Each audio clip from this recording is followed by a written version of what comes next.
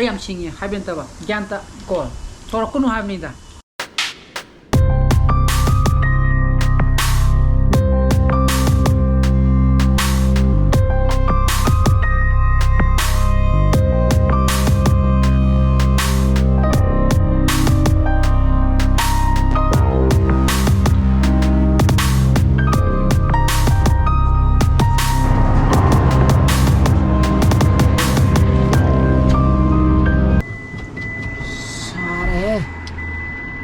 Good afternoon guys, welcome back to my channel.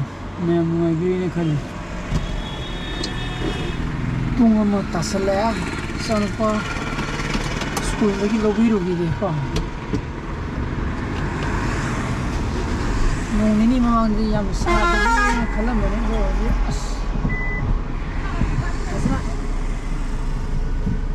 Sare.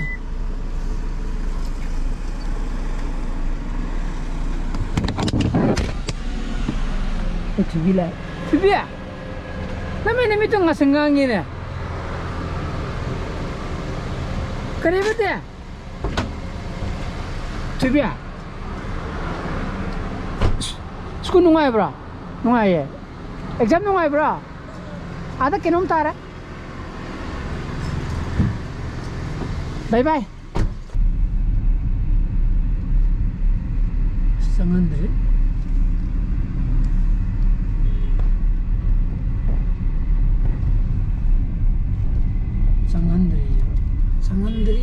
Samandri. Amanin Tarasakana. Sangan the father than me. Would you come later than a more in your vision?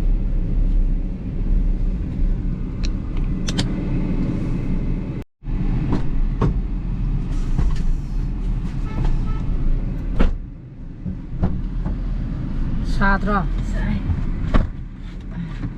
Saglam bro. Is it high? How come I am not? Amadi case of creating a sign. Dang Tanamagadum, case of cream. She is a lower. Masala for a massage for it. Finish our journey. Sticker or Kita Zagraba.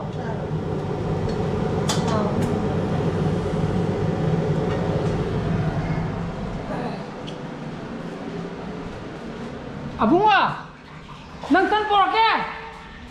Ha? Ama, apa pun jadi ba? Iya. Tapi, mama ada kias tu je berapa ni? Oh, hari ni mana mula? Oh, saya budi kena kimbap budi pernah sagi. Yara. Tadana tan saga. Sana pa di sak bujur kami le. Sare mai thange. Lo. Bungo songoi tu som dung ta re. Lo. Bui. So.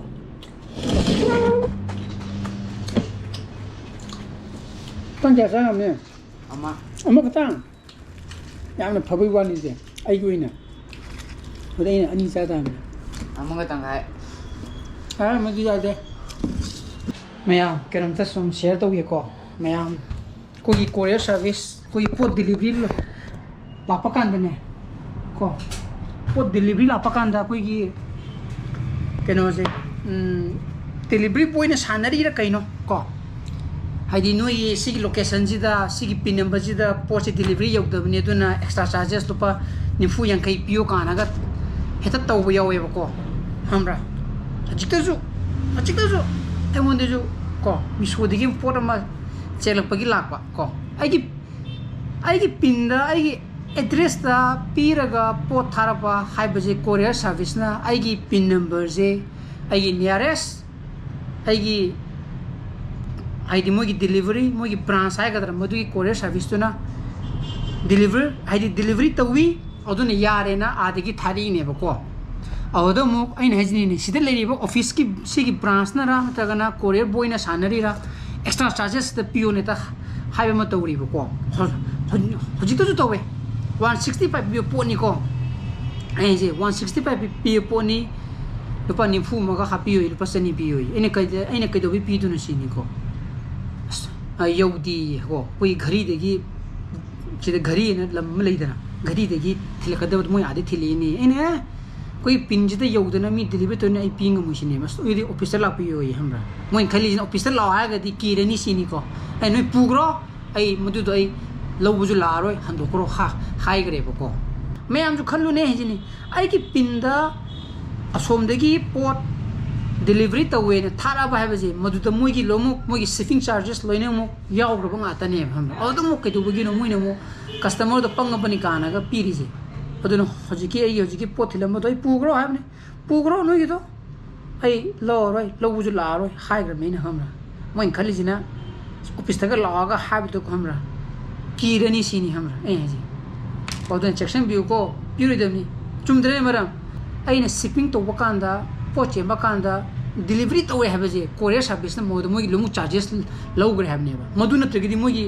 akoi invoice lumu thola kani na nangi id at the time of delivery at the home id yum na delivery to ba kan lupa kuntra adu pi go madu gi shipping charges mo lumu reflect to ka dam ne invoice da madu di reflect to te da na Smaina bu tong na bro courier service de han lung paisa logrum ni mo shipping charges na section view ko ai ji ni o da ka piru nu ko pangdaru nu ai ji pangdaru nu o ya pote ko ndi rupa kun kuntra hai ba ko maram sa di rupa kun kuntra ji ka shule ba amon da haira ga di ko paisa ji ka shule ba pu pu de uncle chi ba ma cha ba rupa kun loi ni du tawri pose kari no haira ga di sai gi maram sa da bada ai ka dubi gi pesa piduri gi lupa tara ore jo ai ji akoi ai Amazon gi oro Flipkart gi oro pesa laula keno pot delivery to bola baganda GP nung tong ranga tong re tawdra gi pesa pi gi baganda lupa 149 ai lupa ma ni ru dena 131 ga tar pa wi lupa 140 pi ko ai ni ru dena ha mane tamoi pesa bi yau dre na dum hai ya fare dum chalangi ko ai ji ko adubu unnecessary da unreasonable da ko paisa swane moi ni bagi porama tawri ko adu re ga patara ho ju kasu kai dong ju pi ru dam ne aduna pi ga no ai ji khang ba ai ji ni ai na khara khang ba ke no khara lai chi je office ne di torong da man delivery boy na khara sana ba ju mali ko bong manga makai ta sang ra mama anta to bi ri ko to bi da lai ne mala ma yo pista gi ni do ru se channi sana bana kama ko ringe yo shile na ai ba ko ta khang ge ma sa ni bu ki su ko kaya mu bu ki su ja no khang ge sai ni sa ge ai di thu ko da na khalu ko ji ka ta hali ji ni ko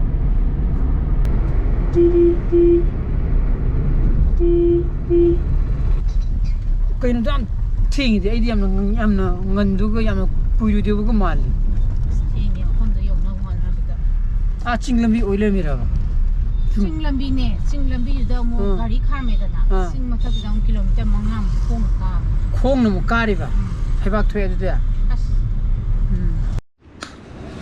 che sai tho lo ne sa tu sa di chingju kilometer manga khong chat le sport ta na ba ko nang ko ora mi na sak nga le ni sa ge ha ne na sang ang hao ma pithra ga tham ma kan de kai yin na ji ha ba bra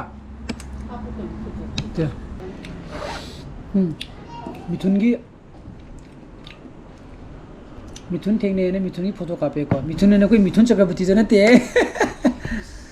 कोई केनो kettle breed तो नी को मिथुन ना अदुनी दा ओ अदु नंग सही पोतो मागी पोट ने को हंदोखरे आई लोग चल रोइदम ने क्या तारो से कई न चेली तो लिप बाम लो न चेली दो कई पोनो बा काजल अदि आई लो रे बुंग पुग्रो हा थादो खबै न ꯁꯨꯝꯗ꯭ꯔꯣ ꯉꯁꯥꯏꯅ ꯍꯥꯏꯕꯗꯣ invoice ꯇ ꯌꯥꯎꯐꯝ ꯊꯣꯛꯇ꯭ꯔꯣ ꯑꯩꯒꯤ post office ꯇꯒꯤ ꯑꯩꯒꯤ letter ꯂꯥꯛꯑꯅ postman ꯗꯨꯅ ꯑꯩꯉꯣꯟꯗ ꯁꯨꯝ ꯂꯨꯄꯥ 50 ꯄꯤꯌꯨ ꯅꯣꯏꯒꯤ ꯖꯒꯥꯁꯦ ꯌꯧꯗꯦ ꯍꯥꯏꯒꯗ꯭ꯔꯕ ꯑꯄꯪꯕ ꯇꯧꯔꯛꯀꯅꯨ ꯑꯄꯪꯕ ꯃꯤꯗ ꯇꯧ ꯑꯩ ꯌꯥꯝ ꯁꯤꯡꯉꯦ ꯍꯥꯏꯕ ꯅꯠꯇꯕ ꯒ꯭ꯌꯥꯟꯇ ꯀꯣ ꯇꯧꯔꯛꯀꯅꯨ ꯍꯥꯏꯕꯅꯤꯗ ꯀꯣ ꯑꯗꯨꯅ ꯑꯩꯒꯤ ꯄꯤꯟ ꯀꯣꯗꯇ ꯗꯤꯂꯤꯚꯔꯤ ꯌꯥꯔꯤꯕ ꯍꯥꯏꯕꯁꯦ ꯃꯣꯏꯒꯤ ꯋꯥꯡꯈꯩꯗ ꯂꯩꯒꯦꯔꯥ ꯀꯣ ꯊꯥꯡꯃꯩꯕꯟꯗ ꯂꯩꯒꯦꯔꯥ ꯍꯥꯏꯗꯤ ꯀꯣꯔꯤꯌꯔ ꯁꯥꯔꯚꯤꯁꯇꯣ ꯑꯩꯁꯦ ꯊꯧꯕꯥꯜ ꯂꯩꯒꯦꯔꯥ ꯃꯣꯏꯅ ꯊꯤꯜꯂꯛꯐꯝ ꯊꯣꯛꯇ꯭ꯔꯣ ꯀꯣ ꯑꯗꯨꯅꯤꯗ ꯀꯣ ꯑꯗꯨꯅ ꯑꯉꯥꯎ ꯃꯤꯒ ꯃꯥꯟꯅꯔꯨ ꯌꯥꯗꯦꯀꯣ ꯁꯣꯏꯗꯅ ꯃꯥ ꯑꯩꯒꯤ ꯕ꯭ꯂꯣꯛ ꯌꯦꯡꯉꯝꯃꯒꯁꯨ ꯑꯩꯅꯗꯤ ꯃꯥ ꯈꯪꯉꯝꯗꯕ ꯌꯥꯏ ꯈꯪꯗ꯭ꯔꯦ ꯃꯥꯅꯗꯤ ꯑꯩ ꯈꯪꯉꯝꯕ ꯌꯥꯏ ꯂꯥꯏꯕꯛ ꯐꯕꯗꯒꯤꯅꯤ ꯈꯪꯗꯦꯀꯣ ꯀꯣ ꯑꯩꯒꯤꯗꯤ ꯍꯥꯟꯅ ꯌꯨꯇ꯭ꯌꯨꯕ ꯆꯦꯅꯦꯜ ꯑꯃ ꯇꯧꯕꯅꯤꯅ ꯑꯗꯨꯅ ꯌꯦꯡꯖꯔꯖꯅꯤ ꯑꯗꯨꯅ ꯇꯧꯖꯔꯖꯅꯤꯀꯣ ꯈꯪꯖꯔꯖꯅꯤ ꯃꯥ ꯑꯗꯨꯅ ꯑꯞꯂꯣꯗ ꯇꯧꯈꯠꯂꯤ ꯀꯣ ꯇꯥꯏꯃꯤꯡ ꯆꯥꯅ ꯂꯥꯛꯑꯅꯤ ꯉꯁꯤꯒꯤ ꯕ꯭ꯂꯣꯛ